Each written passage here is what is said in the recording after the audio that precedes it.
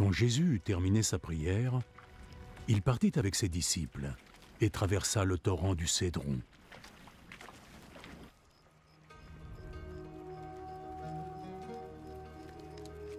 Il y avait là un jardin dans lequel Jésus entra avec ses disciples.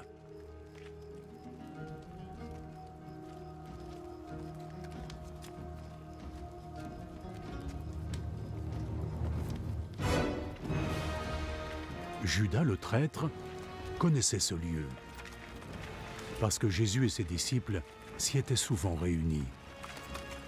Judas se rendit donc jusqu'au jardin, emmenant avec lui une troupe de soldats romains, ainsi que quelques gardes du temple envoyés par les chefs des prêtres et des pharisiens. Ils étaient armés et portaient lanternes et flambeaux.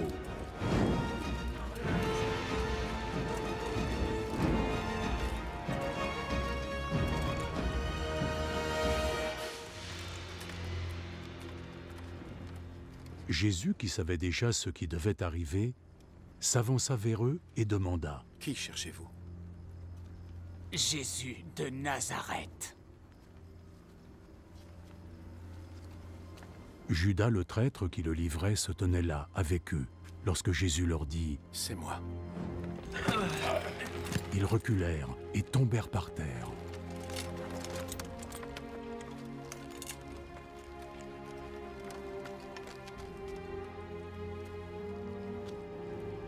De nouveau, Jésus leur demanda : « Qui cherchez-vous » ?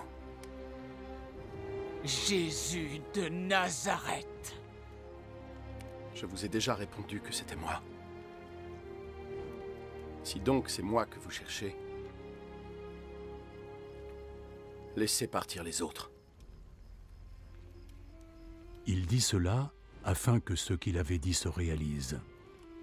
Père, je n'ai perdu aucun de ceux que tu m'as confiés.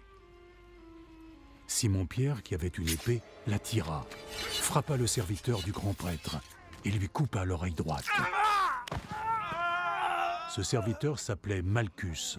Remets ton épée dans son fourreau. Penses-tu que je vais refuser de boire la coupe de souffrance que mon père m'a servie ?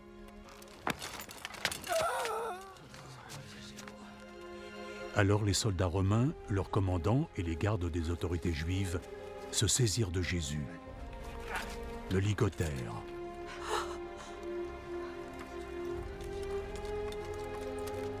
Et l'emmenèrent tout d'abord chez Anne. Anne était le beau-père de Caïphe, qui était grand prêtre cette année-là. Et c'est Caïphe qui avait prévenu les autorités juives qu'il était dans leur intérêt qu'un seul homme meure pour tout le peuple.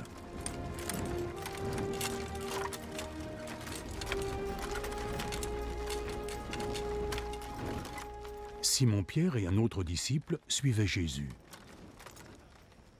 Cet autre disciple était bien connu du grand prêtre.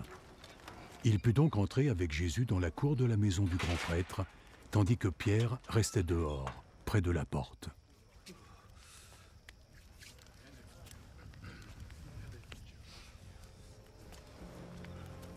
Alors, l'autre disciple ressortit, parla à la femme qui gardait la porte et fit entrer Pierre. N'es-tu pas toi aussi un des disciples de cet homme? Non, je ne le suis pas. Il faisait froid. Donc les serviteurs et les gardes avaient allumé un feu, autour duquel ils se réchauffaient.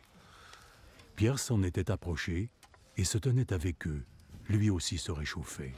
Le grand prêtre interrogea Jésus sur ses disciples et sur son enseignement.